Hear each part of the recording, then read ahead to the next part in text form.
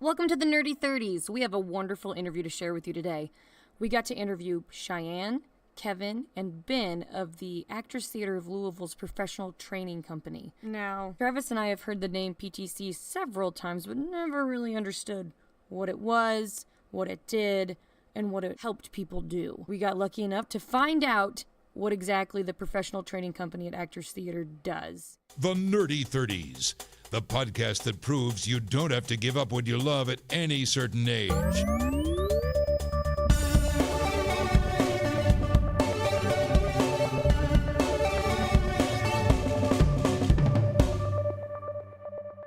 Hi guys, welcome to the Nerdy 30s. Hi. We are here with some very special guests from the professional training company at Actors Theatre of Louisville.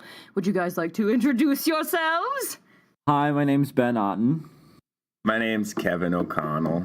I'm Cheyenne Zook. Guys, welcome to the show. We're excited to have you. Thank you for having us. Yeah. We've actually been very big supporters of Actors Theatre, and we have always seen things about the professional company, like the PTC, and we're like, what is this? What is it? Yeah, we're curious. Yes, absolutely, because Yeah. it seems very interesting, and it seems like it really helps people. So, you know, we were talking to Laura, and we were like, we really want to get in there. We want to talk to you guys and Definitely. find out what it is, you know? So, Yeah. Ben, we're going to start with you. Amazing. So, give us, like, what brought you to the PTC? Yeah, for sure. So I was born and raised in Louisville, Kentucky, which is pretty rare for the professional training company. Yes, I think absolutely. most people are from outside of the state. So I just graduated from UK this past May with a degree in arts administration, and I knew that I wanted to work in theater, specifically more company management, which is what I do right now. But I didn't really quite feel like I was ready for the quote-unquote real world yet. So Right. I've been kind of treating this like a master's program almost. So Yeah. just kind of getting some more training and experience before I head off into the real world. Now, would it be considered like a master's program? Like if you took, you know, the training that you have here somewhere else, would they consider it like a master's program, or would it be like, I know this company and they are great and, you know, I accept this or something? You know what I mean? Like, yeah, no, for sure. I think it's more like the second one. So basically, people would be like, "Oh, so you worked at Actors Theatre," which is Actors Theatre is a pretty well-known theater yeah. throughout the country. So I think it's just a really great name to have on the resume, especially like the stuff that I'm doing here, where I'm given a lot of responsibility. It looks really great as well. Yeah. Yeah. Now, you've had your hand in a lot of different areas in theater production. Yeah. Like you've done management, you've done stage management, Our question says many hats. many hats. You've worn several of those hats. Yes. What one, I mean, do you find that you have to figure out which one you're going to go into, or is it better to have like a well-roundedness, or? Yeah, I mean, so I got my start in acting, like I think everyone in the theater did. I did not. I was a techie. No, and that's no, and that's so great. So like, I mean, I performed all through high school, and then when I got to college, I still did a lot of performing up until just last year. But yeah, I decided to delve more into stage management, and now I'm working in an administrative position in company management. Yeah. And so I think it's great to kind of have a well-rounded foundation. Like I'm a firm believer in the BA program. A BFA is great as well. But just kind of trying on many different hats and figuring out what you like and what you don't like. Right. But yeah, I mean, for me, it's just basically as I've gone down my path, I've just kind of been taking things off my list of what I want to do and just Right. It's kind of like a bucket list where you're like, this is one. Just scratching them off. Yeah, well, basically, it's like if I try one part of production and then I'm basically just like, oh, this isn't for me, it's great, but it's not for me, and then just kind of moving on to something else that I align more with. Yeah. Which one have you not aligned with at all? Oh, I don't want to say that. This is You don't have to. favorite part. She wants you This to is my spill it. favorite. I will say, yeah. Spill the tea. Spill the tea, honey. I will say that over. I did get my start in performing, but as I've gotten older and Yeah. I have focused on other things, it's like not as fun for me anymore. Yeah. So more like the stage fright and anxiety like overwhelmed like the fun that I would have performing. So that's just like, you know what? Maybe we'll just leave that negativity behind and do some other stuff and let other people like Kevin perform and work that magic. No, 100%, man. Like, Yeah. no jokes. I freak out before anything. She does. Yeah. I will have panic attacks. Like, straight on. I have to text her and be like, stop, I can't sleep because I can feel your panic attack from across town. And I'm like, I'm sorry. Deep And breath works magic. It does work really well. And then I also do chamomile. And then I've got this little power oil I rub on myself. I'm like, it's good. Yeah. Sasha Fiercing. But what's the one that you have found is really your calling? Like, is there a specific one that you're like, this is it? Yeah, I haven't found one yet. So company management is what I do right now, and that's one of my main loves. But I think anything kind of in the management field. So like in theater, it kind of depends on like which theater you're in, and also what kind of theater you're working on. So I think for me, whether that's company management, general management, more producing, it's just kind of like a whole hodgepodge of things that like I'll figure it out as I go. Okay, so what is your day like doing company management? Yeah, so right now it's kind of, I'll just go on like a day in the life of my time now during the Humana Festival, which is kind of crazy town right now in a great way. So yeah, we have 5 productions going on concurrently right now. We have 2 in rehearsal, 3 in performance. You have your hand in all of them? Yeah, so I work with the creative teams in all of them, which is really exciting. So basically for me, what that meant is that I booked all of the flights or I think there was one bus for people to get into town. And then we also coordinated housing. So that meant getting hotel rooms, organizing apartments for about 40 people. Oh, dang. Yeah, and then while they're here, that means a lot of troubleshooting. So just like if people are sick, taking to the doctor, and that usually tends to happen at least a little bit. So you're like every single person's personal assistant. Kind of, yeah. Yeah. Well, we're basically, in my department, we call ourselves Team Talent because we're there just to take care of the guest artists. Yes. In every single way that we can think of. Yeah. Has anybody ever told you that you look like Jason Sudeikis? No, but I will take that as a compliment. Yeah, you do. But I always get him confused with Ed Holmes, so both. Yes. Both, definitely. Yeah. Thank you. I don't know who Ed Holmes is. Ed Holmes? He was on The Office?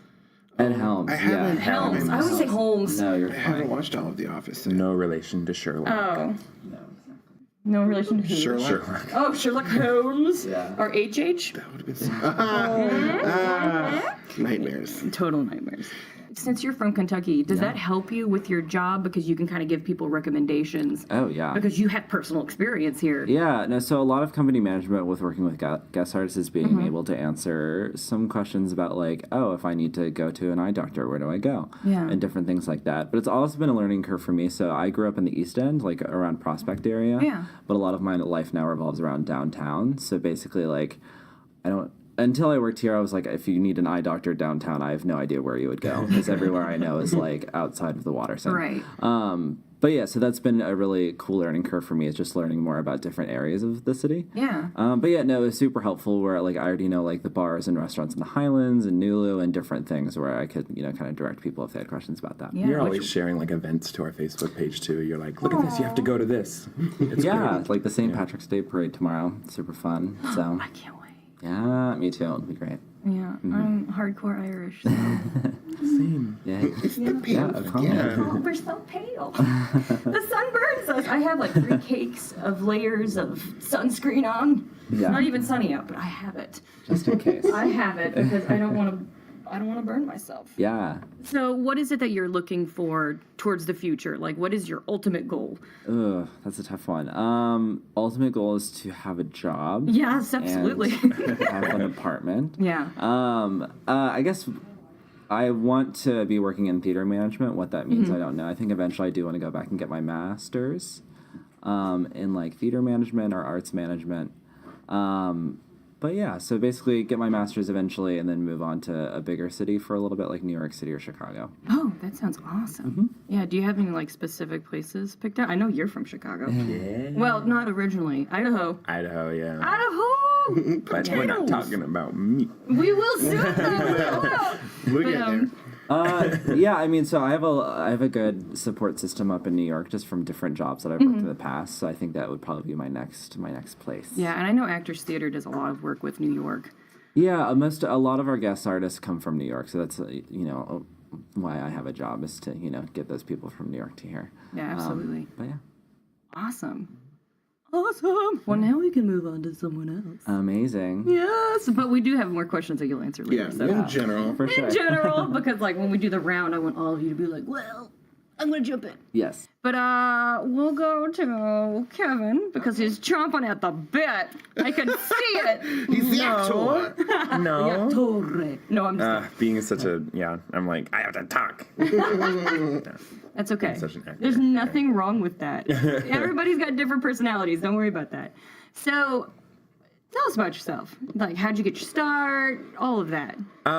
So I grew up in southern Idaho, and I was homeschooled for like the first 4 years of school for me, and so we would do like these homeschool group plays, and that's like really how I started doing theater. That's cool.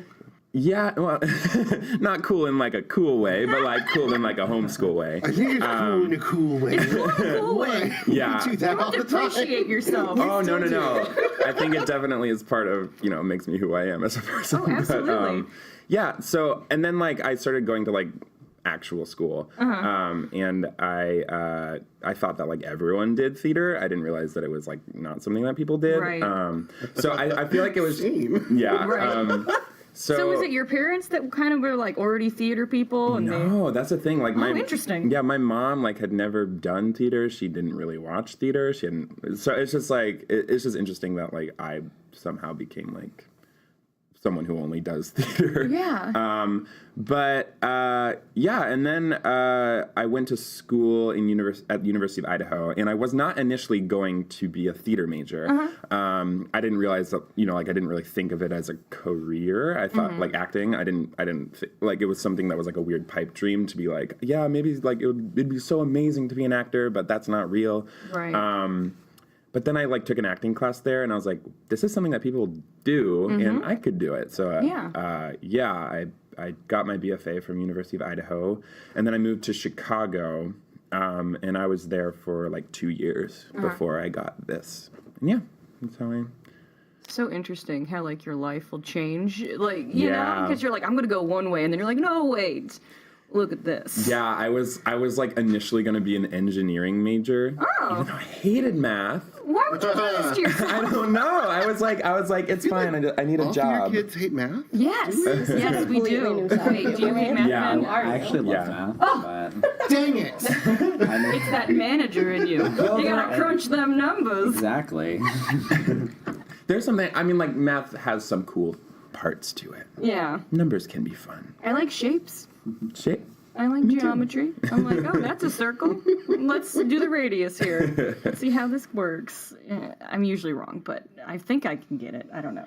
Just the spirit's no more there. math. No more math. No more math. So, as an actor, what is your daily life like? Kind of like mimicking what Ben was saying. So, as an actor, a lot of our responsibilities have nothing to do with acting, which is fine. We get to work on one of the Humana shows.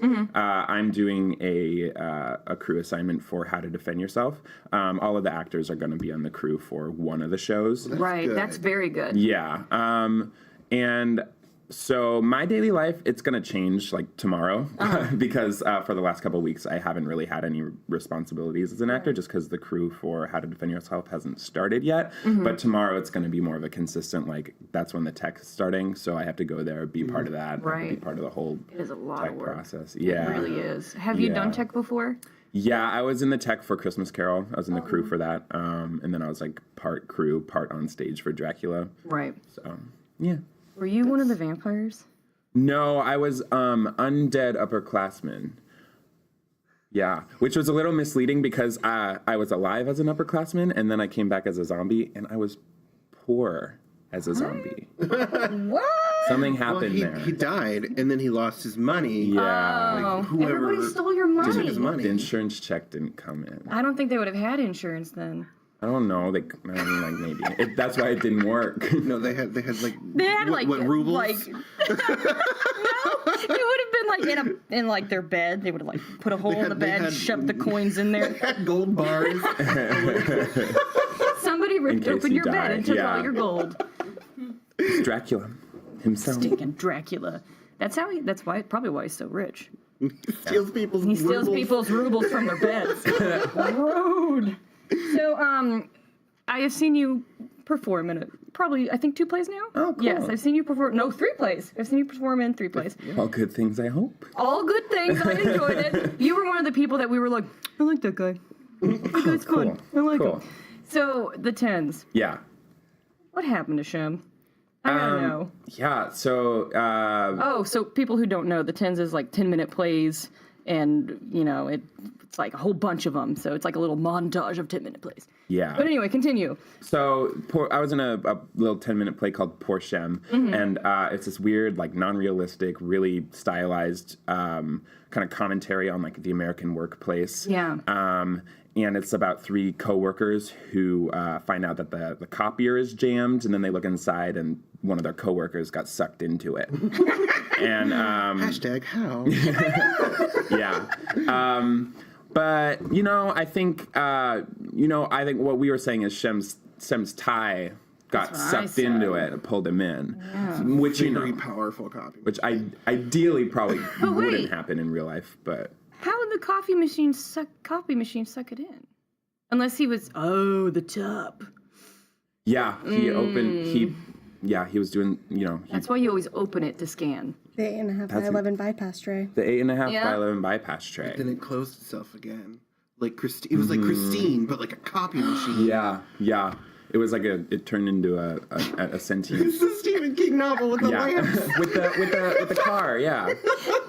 I think like the greater metaphor is like the how you can feel like you mean something to a workplace, and then all of a sudden you're just replaceable. Exactly. Absolutely. You're just kind of part of the machine. Oh, 100%. And then also you're dead in a And copier. Shem was a part of the machine. By the end of it. Yeah. That was way deeper than I anticipated. Well, and Shem was also way deeper in the copy machine. I'm sorry, that's stupid. No, I like that. I'm going to boost up the sound on that part. Oh, good. Because that was great. Oh, We Come to Believe. Yeah. Now, the choreography of that one, have you done a lot of choreography? I was actually on a dance team in high school. Oh, okay. And I was on like a touring thing in college. Okay. I've done a little bit. a little bit of jazz in those choreography. shoes. Yeah. So describe. Lights in those shoes. Yes!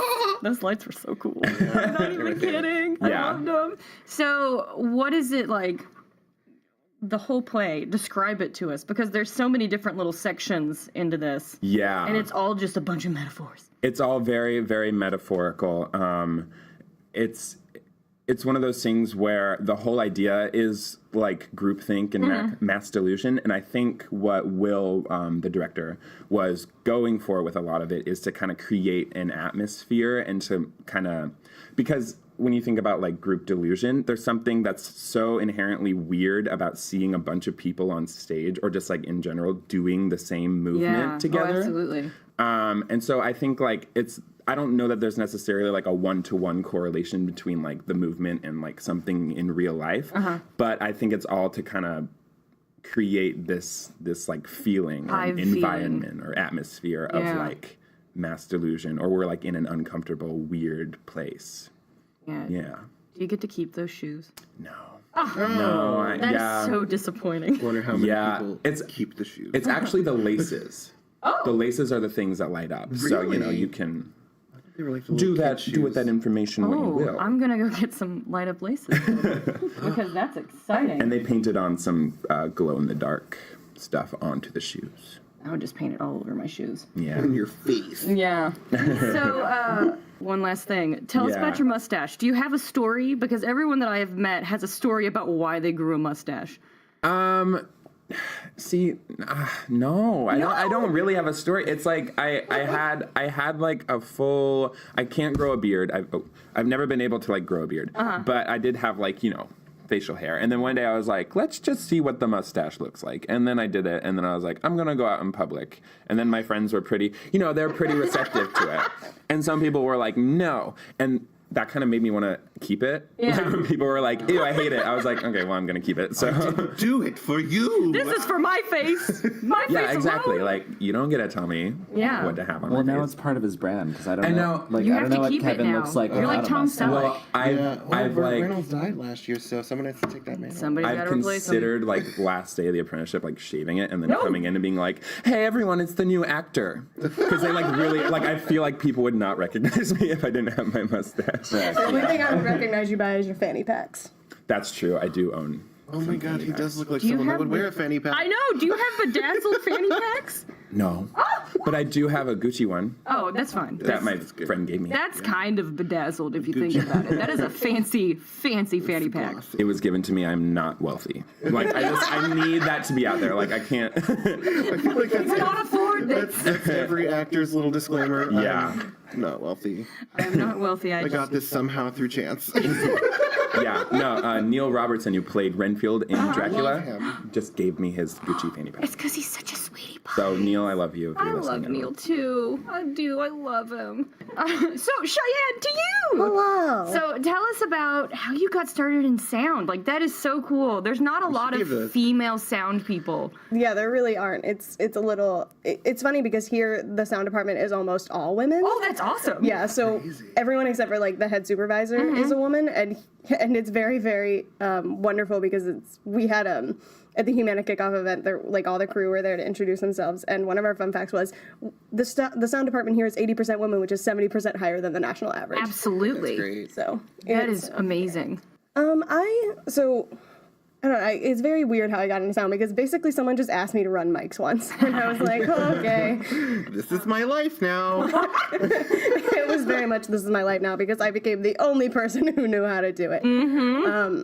But before that, when I was in high school, I started off on tech crew. Nice. I started off actually in sound, but then they got rid of me because from the sound crew because the technical director was like, "Can you be a stage manager real quick?" And I was like, "Sure." Okay. And then I stayed there until I decided high school theater wasn't for me anymore. Right. My high school theater environment was really, really toxic. Oh, yeah. Yeah, so I was like, oh, this is great.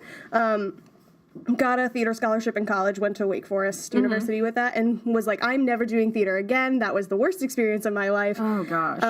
And in order to maintain my scholarship, I was like, okay, I'm going to do like the theater productions that I have to keep my scholarship. Right. I got sucked in very quickly because the college theater department that I was in was so wonderful and welcoming. Yeah. And really just on top of it in terms of making people feel included and like Right. they're worth something. It was not the environment of you are replaceable. Yes. Which was my favorite thing about college. It was, I think I got my first assignment came like the summer before I even got there. Yeah. They needed an assistant stage manager for something, so that's how I got sucked in to the college theater department. And I stayed there. I thought I was going to be a poli-sci major. That's not what happened. Right. Yeah, I ended up a theater major and an ancient Greek double major, which is the other really weird part about my life. Yeah. But yeah, I got into sound like halfway through college, ended up working at the Santa Fe Opera, and then came here. That is so cool. So is there kind of like a link between the Latin, Greek language and Greek your chorus. theater? There wasn't initially. My school had a language requirement. Oh. So I was like, I need to take a language. And at first I thought I was going to take Chinese, just because I was like, this would be cool. I want to learn something that doesn't have the same alphabet. Right. And then there was no way I was going to fit it in my schedule. Absolutely none. So I was talking to my first year advisor who happened to be a Latin professor. And he was like, you should go to this place. It's really cool. You'll learn Greek in like 10 weeks. And I was like, cool, I'll do that. Ended up making it a project so I could get some funding from the school. And then it stuck. Stuck really hard. And again, it had a lot to do with like the department and the professors that I was with. Yeah. Yeah. That really dictates how much you're going to like it. Yeah. It really does. Because, like, I've been on productions that were absolutely terrible. Like, are there specific things, because coming from me and my experience, I had a lot to overcome to try and get to where I was going. You know what I mean? Did you have a lot of that as well? In college, no. When I got my first job, there was a little bit of that, but it's kind of difficult in terms of like the student-professor relationship, and then again like in the age dynamic, and trying to suss out whether or not it's blatant sexism or if it's more of like, oh, you're young, you don't really know the if ropes it's yet. ageism instead. Yeah. So there was definitely a bit of that I've experienced so far, Right. but coming here, there has not been any of that. That's wonderful. There's no proof in the pudding in terms of that. You know what I mean? Yeah. But there have been a couple of times where I've been like, this is kind of sexist. Like, you need to Right. stop. And many of the men in power were like, oh crap, I'm sorry. Like, didn't mean to do that. You're just a student, and I just don't know what to do. And Right. I'm like, that's okay. But I mean, fine. at least they apologized. Yeah. It was and they were very- like, oh, I didn't know. Education is Yeah. key. Education is very definitely. key. But Yeah. going back to like the Greek question, my project ended up being I was gonna pick up some fragments of an ancient Greek play and translate them and try and fill in the gaps. Yeah. Because a big part of Greek literature is that all of it is fragmented and, Right. or at least most of it is. I picked up some like papyri from online from a trash heap in Egypt, and made it into a play. And that was my thesis. That is really cool. Do you still have it? I do actually. Have you thought about just like actually Publishing putting it out there? I've thought about getting it published in like a classics academics journal. Yeah. But like a lot of the journals have like a page limit of like 10 pages, and the play itself is like 22. Like it's never gonna happen. Yeah. But it is published in like our classics honors library because Okay. I like used that as my honors thesis for classical languages. So it is like cool. in the Wake Forest University Classics Library. If there's Yeah. any Wake Forest students out there who want to go read it, you may. That is awesome. Like, no jokes. That's really cool. So serendipitous. 'Cause Yeah. Such most Greek. There's a lot of theater history in Greek, so it's interesting that that's the path that you ended up with your language. Yeah. And there really wasn't a link initially, and I just made one. I was like, all right, well, I'm just gonna like throw these two things Yeah. together and hope for the best. That's cool. That's very cool. You should actually just turn it into something. You should like present it and be like, let's do this. Do it. We're enablers. Yeah. Like, go. Follow your dreams. So funny. I would actually, one of like the biggest dreams of my life is just like to translate a play that is like new or like recently found or something. That would be really into it. It would be really That dope. would be really cool. Okay, which one of the productions have you worked on? Like, do you do sound on all of them, or? So I am, my responsibility as the sound apprentice is that I'm the design assistant for okay. every designer. Oh. And every show. So I've been in almost every single tech aside from Christmas Carol, and even then I came in to sort of help with some of the mixing on that. Okay. But yeah, I have been the design assistant on every single show. The only show I won't be is Everybody Black. Okay. Because I am going to be taking over the Thin Place rather soon in terms of just being the board operator for that show. That was really good. It was so spooky. It's so spooky. When the lights went out, Mitch grabbed me. he grabbed both of us. It was the best thing ever. And then I got really nervous because he grabbed me, and I was like, oh no, what's happening? It's so that is one of my favorite. It's one of my favorite super things I've good. ever worked on. It's so fun, and the sound equipment on that is like also a dream. I can't say anything because like you're gonna have to come and see for yourself what we're yes. talking about. But it's it's pretty juicy. I love it. I've got some theories about that show. We do too. I'm fine with hearing him if you want to get into it. Well, I don't want to like You don't wanna spoil it. anything. I'm the only one who's been in the That's room. true. So We do. It's fine. We won't do it, but I do want to talk about it so bad. But we will talk about this just after the podcast. Yeah. So this is kind of for everybody. You guys can kind of like fill it in as you please. If you want to add something, go ahead and do it. So the professional training company, how does it work? Like, how do you get your audition process? Do they like, come to you? Yeah. Do you go to them?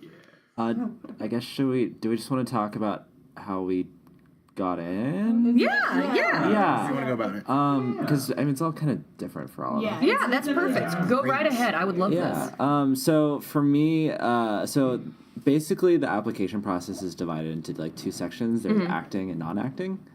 So actually part of my responsibilities is processing all the non-acting applications, like as part of my job.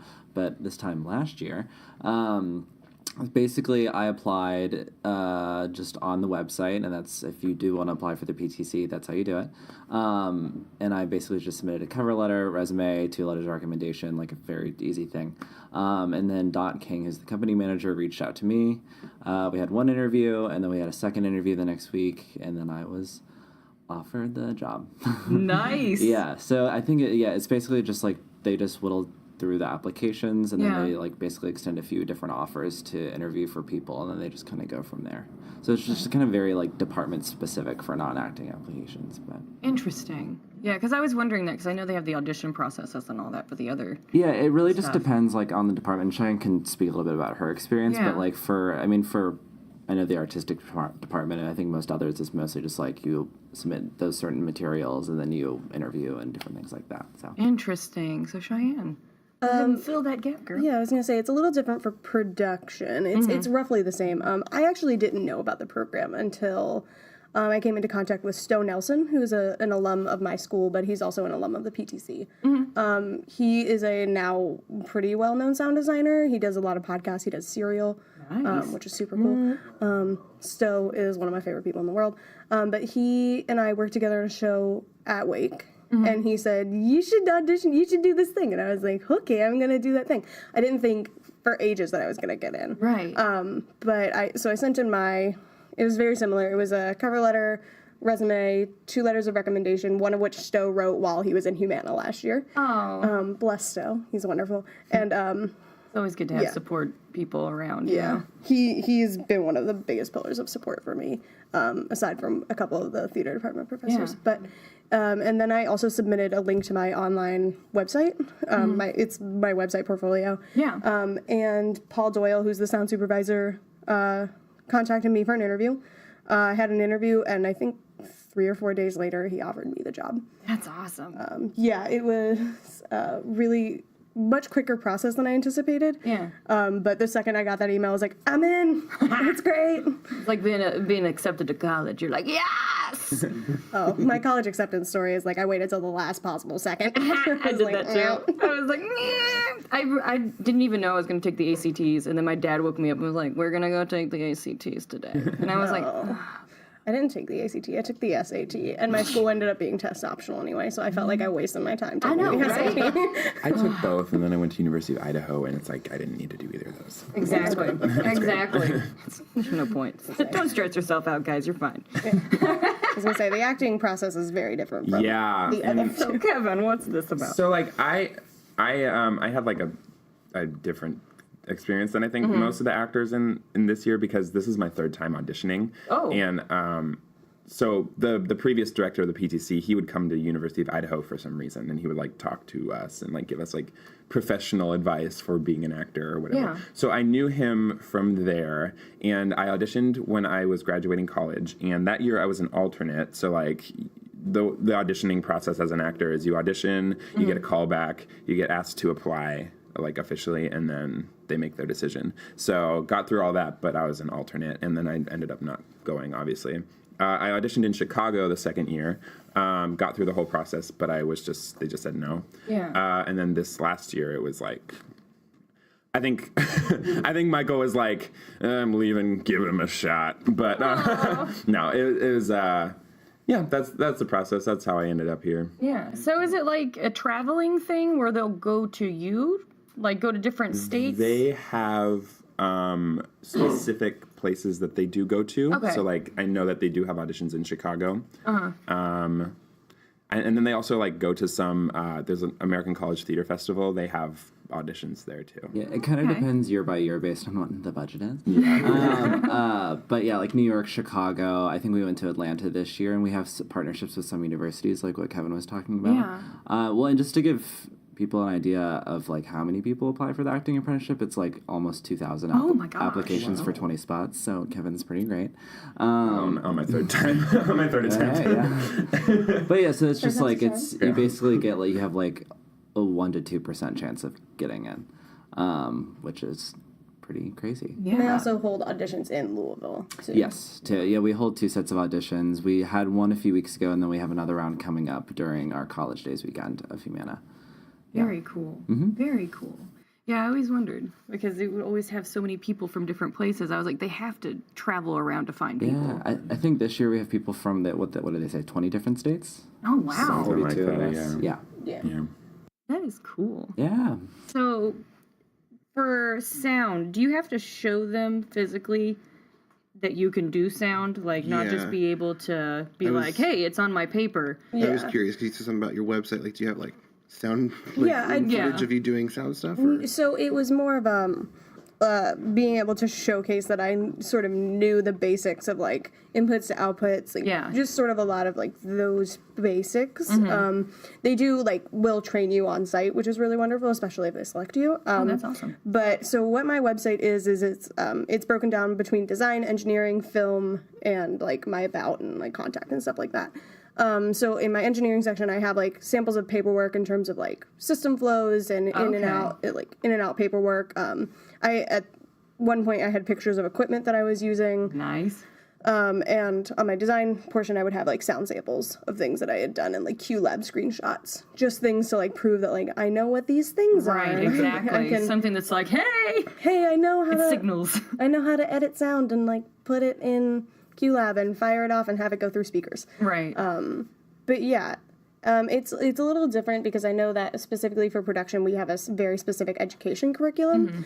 So that's part of the like selection process for the production apprentices is that you like your supervisors have to create an educational curriculum for you to follow. So mine is a little bit of everything in terms of like getting more hands-on engineering experiences and like programming and stuff like that. Things that I didn't get in a BA program because I was jumping around doing everything. Right. But yeah, I don't know if it's that specific for artistic or for acting, but it's very much like you have to have a sort of like a set amount of goals that you want to accomplish as a member of the production apprentices. So is it different for you how it's structured? Because it sounds more like you're doing classes, like very structured, specific work. It's not quite that structured. It's more of like what do you want to learn about? And we're going to try and fit it in terms of our like season. Okay. So I get to sit next to designers and I get to design the PTC shows. But in addition, like during day shift, which is like my normal 9 to 5, I'll do like, right now I'm working on an AutoCAD project where I'm designing a musical in the round in terms of systems design and making sure that like you don't go to like Feedback City or anything crazy and trying to fit all of those nobody things. Nobody likes Feedback City. Yeah, nobody likes Feedback City. It's not a fun place to be. It is. But yeah, so it's kind of that type of thing. I've read chapters of some books that I would never have actually gotten access to. Created paperwork and just like sort of getting the hands-on skills of being a sound technician or a lead sound technician. But yeah, so it's not quite as structured as classes, but it's definitely like, we're going to fit these things into your curriculum. Okay. I know the lighting apprentice does have more like specific workshops with various people in the lighting department. Mine is a little bit more lax because there's not as many people in my department and it's not quite as dependent on like I need to know how moving lights work and how to fix them and like all of those things. Mine is a little bit more like, let me find where the cable's unplugged and plug it back in. But have you tried turning it on and off again? Yes, did you try turning the amps off and turning them back on again? Are the amps on? That's what my troubleshooting life looks like. Yeah. So what are your days like? Like, what's your structure like for being in this? I mean, so a lot of my, I would say most of my job happens Monday through Friday, 9 to 5. Okay. But also a lot of it's going to events at night, which is so hard. So hard to have a free drink ticket. I don't have those, but dang. But maybe so that like was you putting it in the universe. Soon you will get one. Yeah, but going to like opening night functions, closing night functions, because a lot of my job in the artistic department is to serve as a face, like a supporting face for all the guest artists. So like, while some people are like, oh, I'm just not going to go to opening night, I don't really have that option. Right. I mean, I do, but like, no one's like forcing me to go. But it's just highly encouraged. And for all the productions, I usually sit on tech for at least 5 to 10 hours for each show. Just to kind of serve as that supporting face as well. Also, if somebody, you have to like jump in and help. Yeah, well, because I mean, it's happened to me before. Like this, I think when Lau was here a few months ago, right before he went on, I got a call and I had to take someone to the hospital. Oh, gosh. So it's just certain things like that where I just have to like step out at any moment. Yeah. And just be ready. Yeah. On call all the time. But yeah, and so I mean, like, and kind of going with like learning goals. I mean, I knew that I just kind of, because it's hard because company management is different from theater to theater. Right. But I just kind of wanted to learn the basics, and also like I kind of set some personal goals for myself. Like I know that I want to do some producing. So whenever I like set a goal of like, oh, I want to produce like a Christmas cabaret. then the department put their support behind me, and I was able to do that. And I think I produced 2 cabarets, which was pretty fun. That's awesome. Yeah, and so it's just certain things like that where the department is just super supportive of anything and everything that I want to do. Yeah. Anytime that you're doing anything artistic, it's so important to have support. Yeah. It is tough. It is tough because you have all these dreams and you're like, I want to put them into fruition, but so many detractors. They're like, art isn't a real job. Yeah. Absolutely. Well, you guys know that it is. Yeah. So. Yes. F y'all, detractor people. So what about your day, Kevin? What's your day like? Yeah, so I think for all the acting apprentices, everyone is going to look different just because it's all going to be like very dependent on what show you're working on. So our days are always like our Mondays are our day off. So it's like Tuesday to Sunday. We're working if we're working on a show at that point. I mean, like when I'm working on a show, it'll be like wake up, go to the theater, work on the show for however long I'm there, and then maybe have some sort of meeting. Sometimes we'll have like actor meetings, with the like with our director. But like we do have a schedule of acting like PTC shows. So like in the in like August and September and October we had solo Mio shows, which are solo shows that we put on. That we wrote and kind of produced. We worked with the other like tech people in the PTC.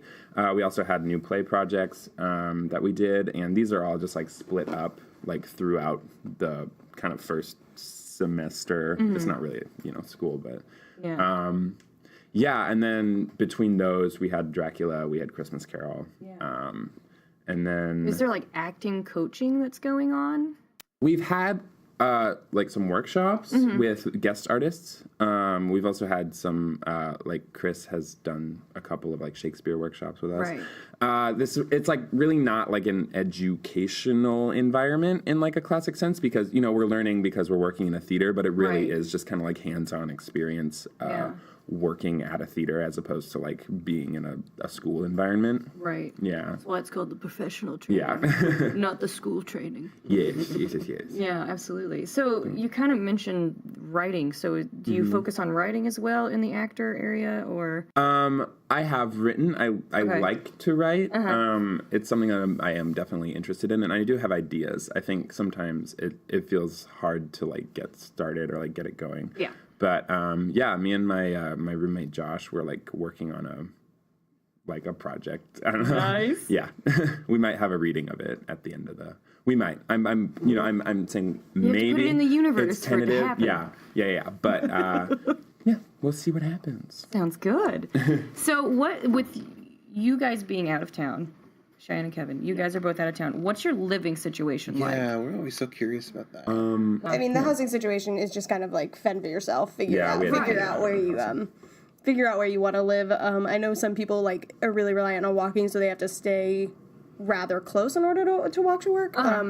But it varies depending on your capabilities in terms of like whether or not you have a car, how comfortable you are with taking public transportation, like just things like that.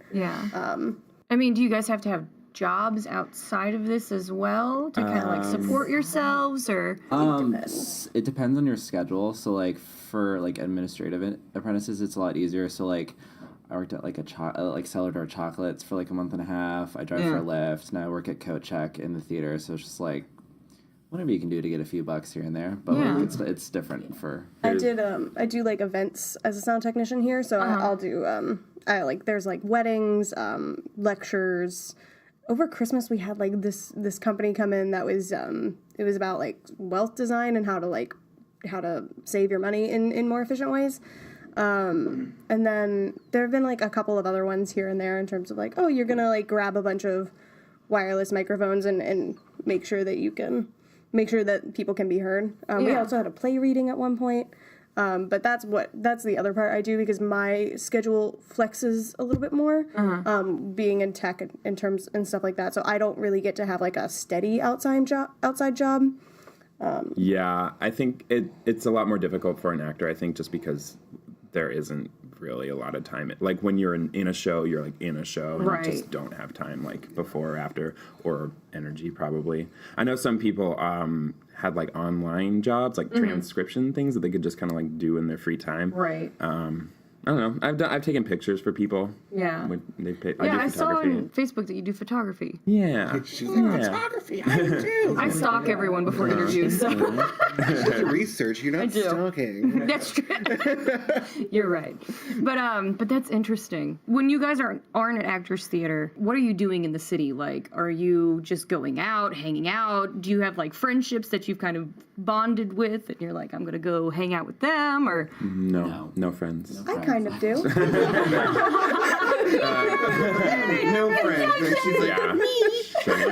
Cheyenne's the one. you did it, girl. I was gonna say this is gonna be me putting my quarter in a jar for the day. I have a dog, so I have a lot of dog friends who Yeah. I've met because I have a dog. So did you bring your doggie with you? Yes, I brought my doggie with me. She is wonderful, but there are a lot of dogs that like live in my building, and so Yeah. I've made friends with a lot of people based on the fact that my dog loves people. She will run up to you and just like immediately roll on her back and look at you like, pet me, love me. I do the same thing. Nelly. Yeah, Nelly. We play Dungeons and Dragons. That's awesome. Me and Cheyenne are both involved. Cheyenne's our DM. That's amazing. Yeah. I had a feeling. And, You have a DM personality. yeah. Oh, it's great. It's Our the group next is- episode is not going to be fun for them. I'm really sorry. Okay.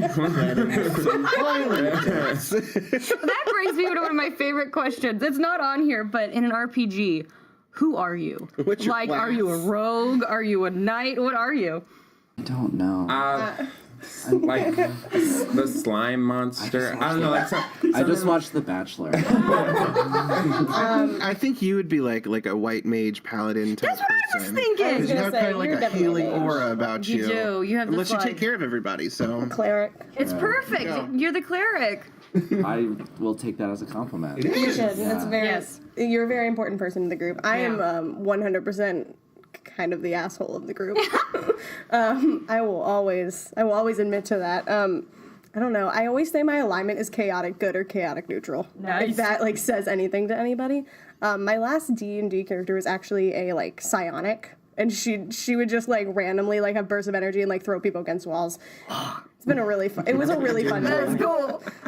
you do that in real life too. Only once. I'd say I'm probably like a friendly goblin who came from a swamp, and you think that he has good intentions, but then you find out they're fine. And he's just overall fine.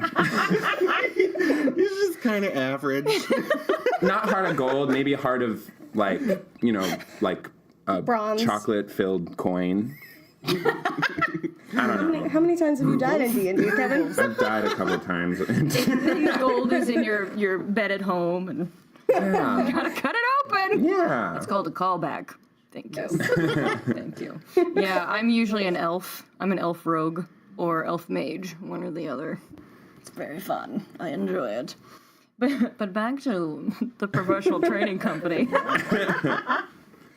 So, why would you guys say that it's important after you've done like your master's degree or your bachelor's degree to go into a company like this, like to get this sort of training?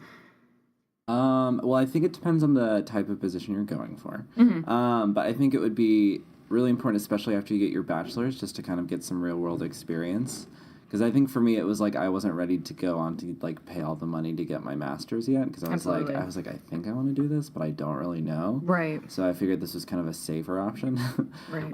But yeah, no, it's really great because I think there have been many situations where I've just kind of learned by trial and error, and it's really awesome to have kind of a huge support system here that can be like, yeah, you did mess up, but like it's fine because we'll help fix it, and then you learn from those mistakes. So then when I go on to have an actual adult job where like I have people reporting to me, or if I actually have real responsibilities, then I can learn from those past experiences, Okay. which is really great.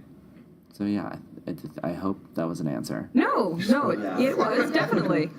I'm gonna do the stereotypical piggyback off of that, especially coming out of a BA program. If you may not necessarily have all of the skills of like a trade that you want to work on, definitely finding yourself in an apprentice company to develop those skills and make sure you have a support network for that, and also making connections. Like I can't say how many people that I've met who are like, "Give me your resume, give me your business card. I want to like try and hire you later. I want to see if you can assist me on these things." Yeah. Just like those two aspects together have made this like a really wonderful experience for me.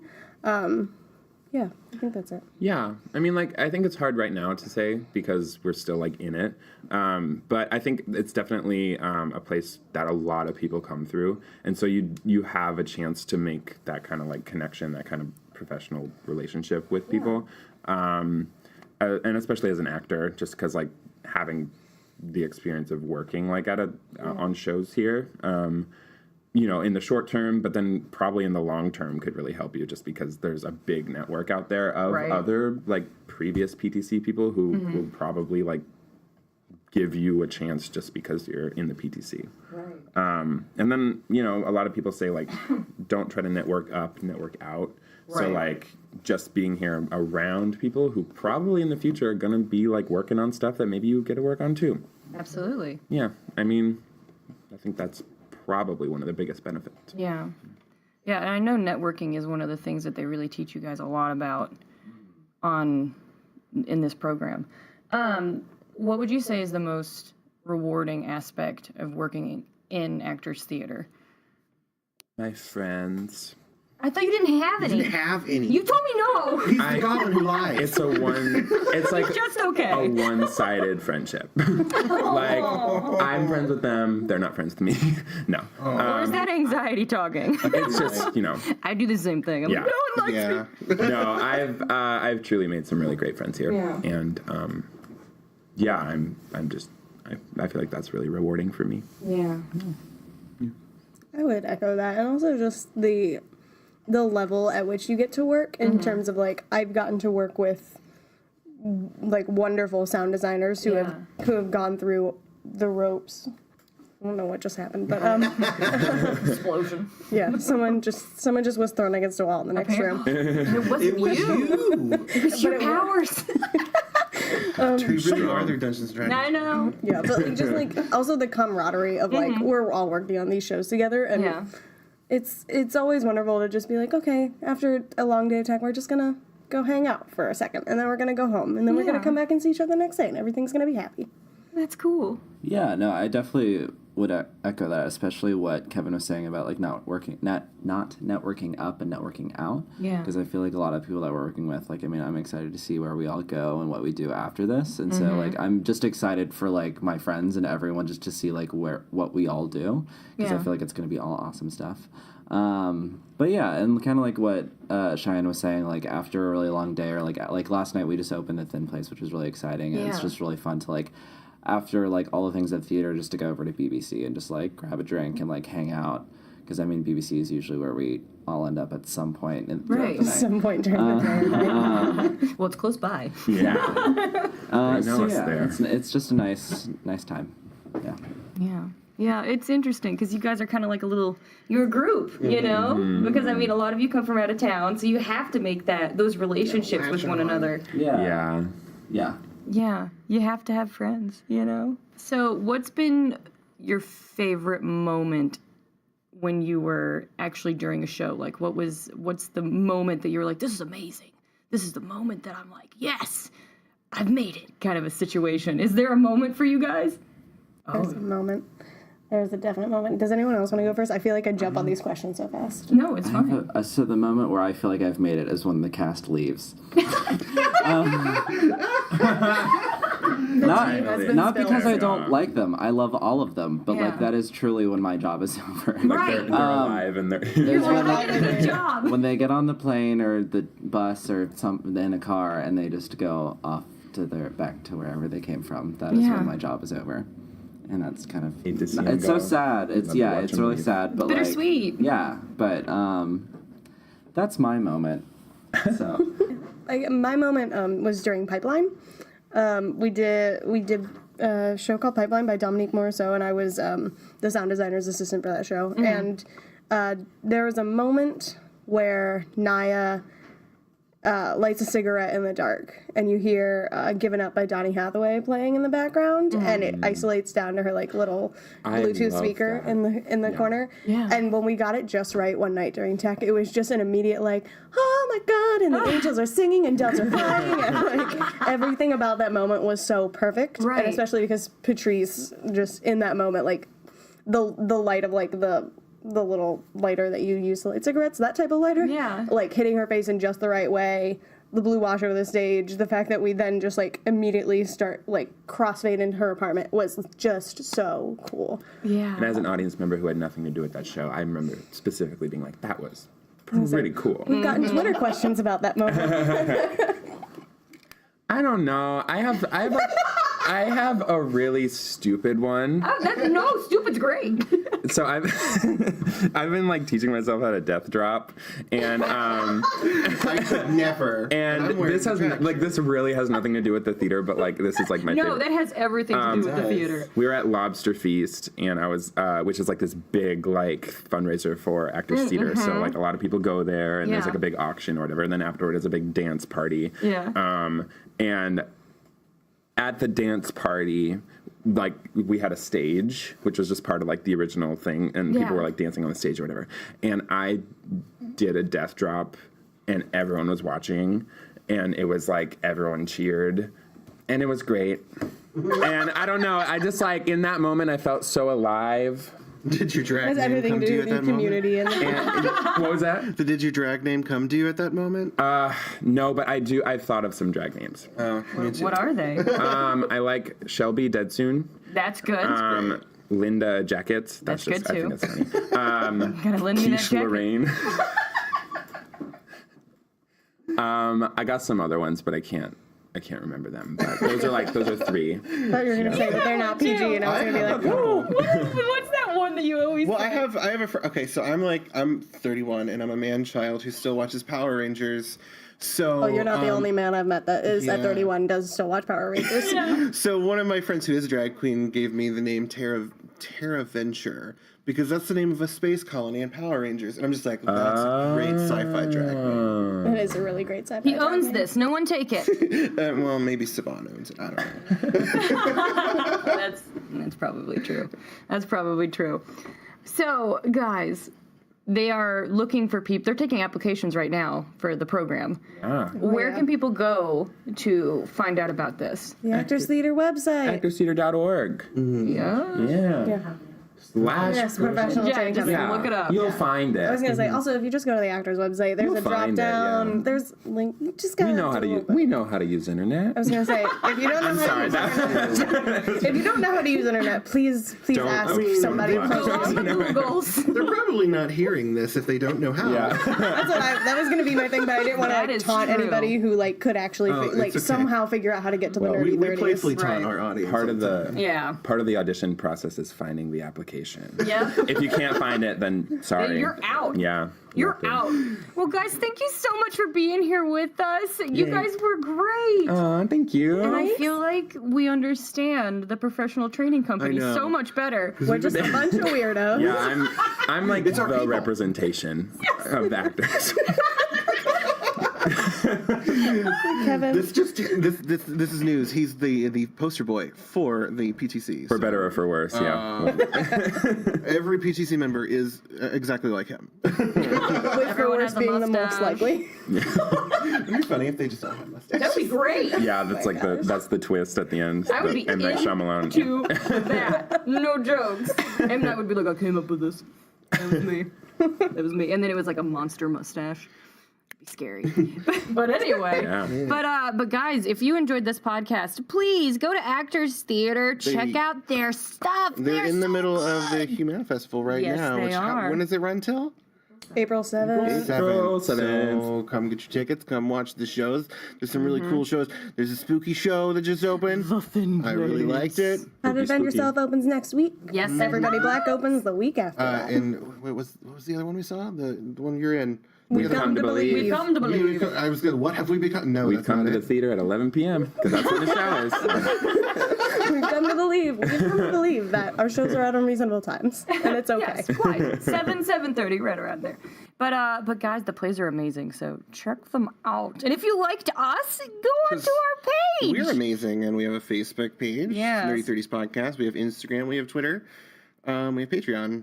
We have lots of things. So. Yeah. So give us a like, give us a share. Give us $1. Support people. Art's hard. It is.